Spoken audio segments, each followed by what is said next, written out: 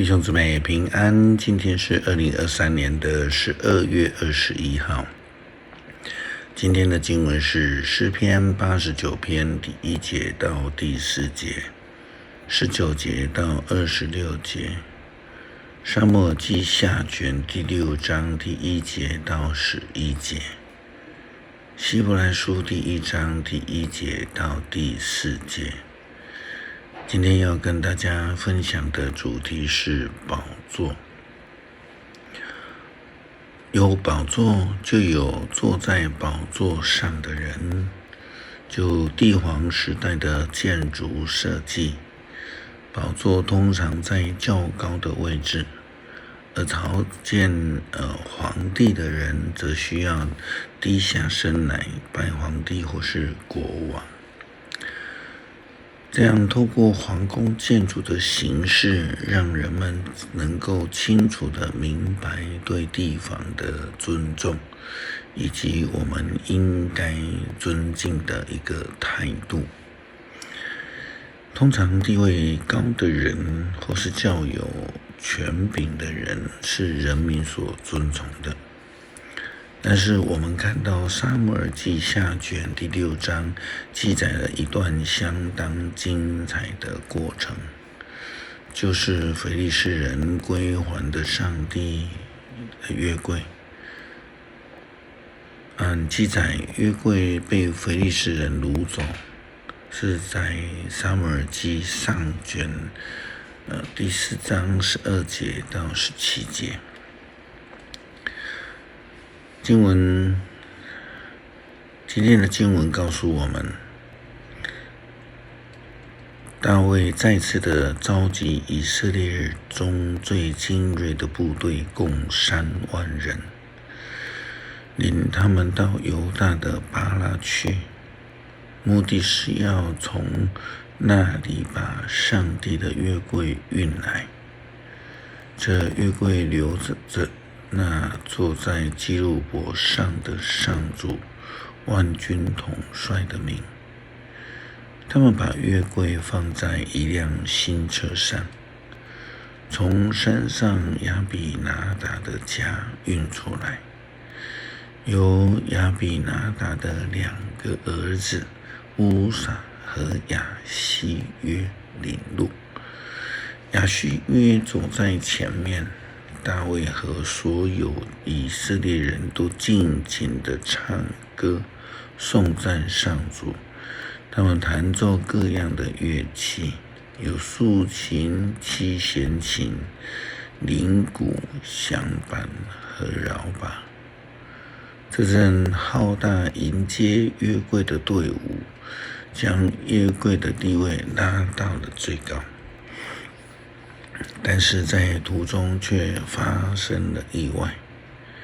圣经记载说，当他们来到那个拿康的大卖场，拉车的牛差点绊倒了，乌撒就用伸手去扶住上帝的约柜。主上帝因乌撒冒犯发怒，击杀他。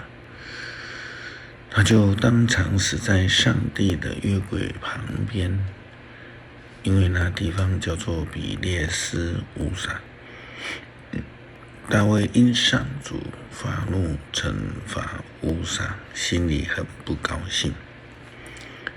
这件意外让大卫受到极大的惊吓，因此他就改变了心意，不要将约柜迁到他的皇宫。因为乌撒被上帝击杀后，大卫的心里被惊吓到了。圣经又继续记载说，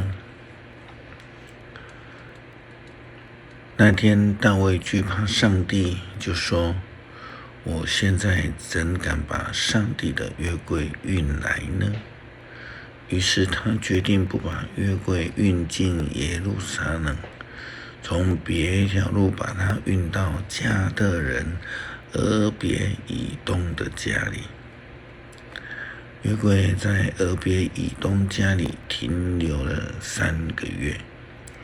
上帝大大的赐福给他和他的全家。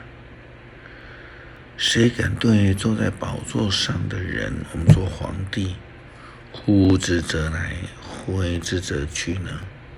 应该是不会的。但是大卫却这样做了。非利士人归还约柜之后，大卫原本准备了声势浩大的队伍迎接上帝的约柜，但一遇到这个乌撒被上帝击杀之后，大卫为了自身的利益及安全，竟然拒绝了上帝的约柜。大卫决定将约柜从别一条路运到了加特人俄别以东的家。后来上帝就在约柜停放的那3个月当中，大大的赐福俄别以东的整个家。我们在想约柜呢，根据列王纪上卷8章9节以及出埃及记第25章21节的记载，里面存放着当时候上帝赐给以色列人的2块石板。另外在出埃及记16章33节，摩西吩咐亚伦说，摩西对亚伦说，拿着一个罐子，放2公升的玛拿在罐子里，存在上主临在的地方，这是为我们子孙留下的。经文的当中讲到上帝临在的地方或是上帝的面前，指的是约柜，但是并没有说在约柜的里面。这个可以参考民数记17章第4节。从这样的观念来看，大卫所拒绝的是上帝的宝座，因为拒绝而失去了上帝的赐福。耶稣基督降世成为救赎，这是自古上帝就差派先知所预言的。他将要赐下救恩给世人，愿意接受耶稣基督的人就必得到救恩。因为上帝的儿子比众天使还要尊贵，因为天上的宝座是赐给谦卑顺服耶稣基督。希伯来书这样说道，上帝借着他的儿子说话。在古时候，上帝多次用多种方法，借着先知向我们的祖先说话，但在这末后的日子，他借着自己的儿子向我们说话。这儿子，上帝曾借着他创造宇宙，而且拣选他来承受万有。他反照着上帝的光辉，也完全的反映上帝的本质。他用大能的话托住了万有，他清除了人的罪恶以后，就坐在天上至高权力者的右边。这儿子的地位远比天使崇高，正如同上帝所赐给他的名远比天使的名高贵。上帝的独生子耶稣基督完全地反映了上帝的本质。耶稣基督就是上帝宝座上的王，他是万王之王，万主之主。基督徒要邀请他来进入我们生命中的宝座，让他来做我们生命中的王，让我们能够跟俄别以东一样的蒙福。